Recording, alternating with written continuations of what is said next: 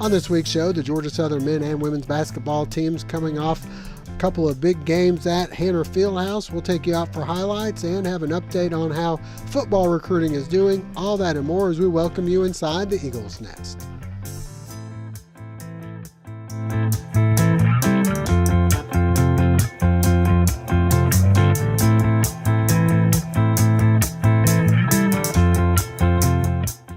Welcome inside the Eagles Nest. I'm your host, Josh Aubrey, being joined by Mike Anthony, sports editor and Georgia Southern beat writer for the Statesboro Herald. And Mike, Georgia Southern finally gets a chance to come home. They've got a couple of tough teams, Texas State and Texas Arlington, in two different styles, which makes it tough to have those two coming in. You got one that likes to slow it down and one that likes to speed it up, one that's got a couple of NBA prospects on it that's kind of underachieved. The other one is really throwing a lot of teams in the league off. And once again, Georgia Southern started off slow in two games, won one of them, lost the other, and the women actually won their first Sun Belt game of the season. Yeah, we'll start out talking about the Georgia Southern ladies. They've been in a tough slump and had reached 13 straight games, the longest losing streak they've had in about 3 seasons for the Eagles. It was more of the same early in the week. Texas State, too much for them. And then going up against UT Arlington with the reigning Sun Belt Player of the Year going against them. You thought it might be a long day for the Eagles. And, in fact, they gave up, I think, a perfect performance. 8 of 8 from the floor, 4 of 4 from the free throw line. But that's all she got. And somehow the offense, which we've talked about, not being there at all, it came to life. A handful of Eagles in double-digit scoring. That's the kind of effort that they need if they want to compete in this league. They finally get it done more impressively. They hang on down the stretch against a solid team, so hopefully that gives them a little bit of momentum. Another tough weekend, especially on the road at those Arkansas schools, but now they've got the taste of victory. Maybe they can find a way to repeat it. Yep, and as for the guys, they had trouble with Texas State as well, and then were able to knock off UT Arlington. Both games they started off slow. One, they were able to catch up, and Arlington, Texas State had a shot at the end but weren't able to close it out. Yeah, the Texas State game, that's going to be one that really sticks in the Eagles' mind, I think, especially if they end up needing an extra win down the stretch in the standings to get to a seed they want. It looked like they had control of that game at times, up by as many as 9 in the second half, but they couldn't quite put it away. Texas State, to their credit, shot much better than they have all season, playing a little bit out of their comfort zone. Georgia Southern able to make them play fast, but Texas State able to make the shots, and Georgia Southern at the end commits a foul, or I guess we'll call it a foul. That's up for interpretation, but the record's going to show that Texas State was able to make a free throw to go ahead with a couple of seconds left. Tukey Brown gets a look at the basket, but it doesn't fall. That left them with almost a must-win game against Texas Arlington, having to defend their home court. They're able to do that, as you mentioned, dug themselves a hole early. That's not what you want to see with the Player of the Year, Kevin Hervey, on the team for the Mavericks. He had a great night. He led all scorers with 29, but Georgia Southern found its stroke from the three-point line. They've been struggling for a game and a half there, but those shots started to fall. It looked like the Mavericks kind of lost their will to be in the game, and Georgia Southern able to put it away that time, running away to a victory. Yeah, a lot of turnovers there, especially there in the second half for UTA. Let's get out and see some highlights from Texas State and UT Arlington. First of two at Hanner Fieldhouse, Georgia Southern hosting Texas State.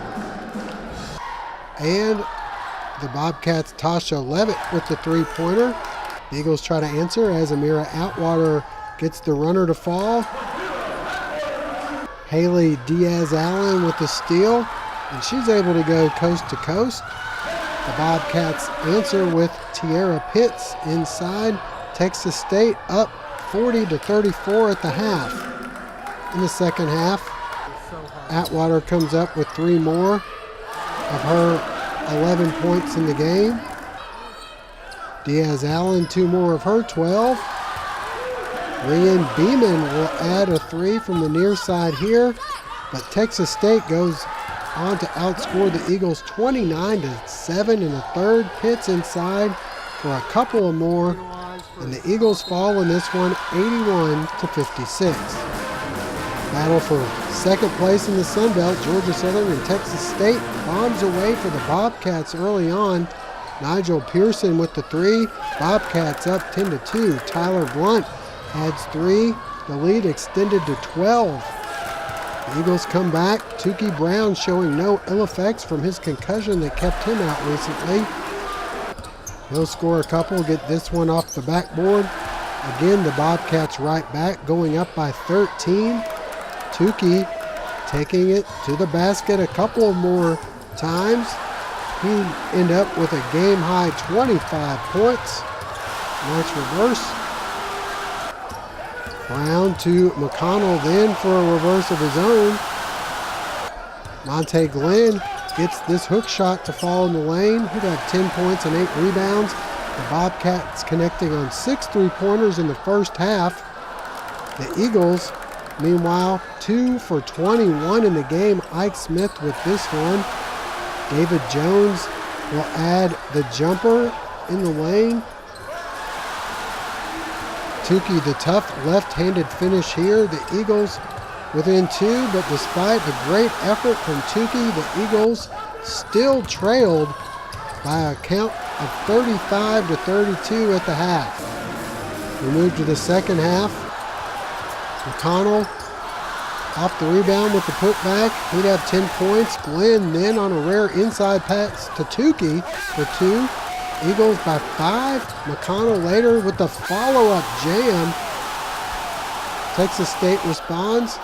A 3 by Alex Peacock after Georgia Southern was up by 8. They cut it to 5. And then check out this. Mike Hughes with authority. The crowd continuing to cheer as Glenn will hit for 2 more. Eagles maintain a 5-point lead. McConnell driving in for 2. But Texas State answers. Pearson, 3 more of his 22 in the game. The Eagles up 2, and a tough call here as the phantom foul and the basket counts for Trey Nottingham. Bobcats tie it up. Later looks like the same play, but a foul called on the floor. The Eagles get a good look with 24 seconds left. With Jake Alsmiller off the mark, Texas State gets the ball. Alsmiller called for a block. Nottingham hits 1 of 2. Texas State up 1. Less than 4 to go. Tukey will get off a good shot, but it'll rim out. And the Eagles fall 62 to 61. We move to Saturday, and after the women pulled off the upset, a great crowd for the men in UT Arlington. The Mavericks on fire early, using their size advantage to build an 11-1 lead. Future NBAer Kevin Hervey showing out for the Eagle fans. The step back 2, then the 3 and the foul. UTA up by 10, but Mark Byington able to settle the Eagles down, and they'd come back. Coy Simmons with the fadeaway jumper. Quan Jackson will pull up to hit for 2 of his 12. Hervey back on the other end with the slam. He'd finish with a game-high 29 points. Mike Hughes off the mark, but Monte Glenn there for the putback for Georgia Southern. No surprise, Tukey Brown leading the comeback. He'd finish with 23 points. More from Glenn. A nice move coming up here, getting inside for the reverse. Jackson later, the only 3 for the Eagles in the first half. Hervey keeping the Mavericks in it with shots like this one.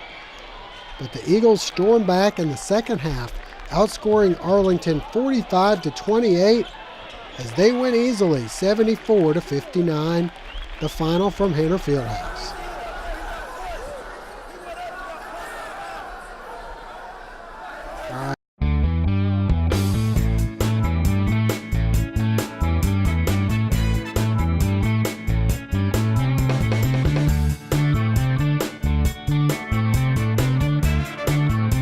Hey, Miss Thompson, everything's fine. It's going to be no problem. I'll have you done in a few minutes. My name is Paisley Nordhoff, part owner of Complete Car Care, and I want you to come see me.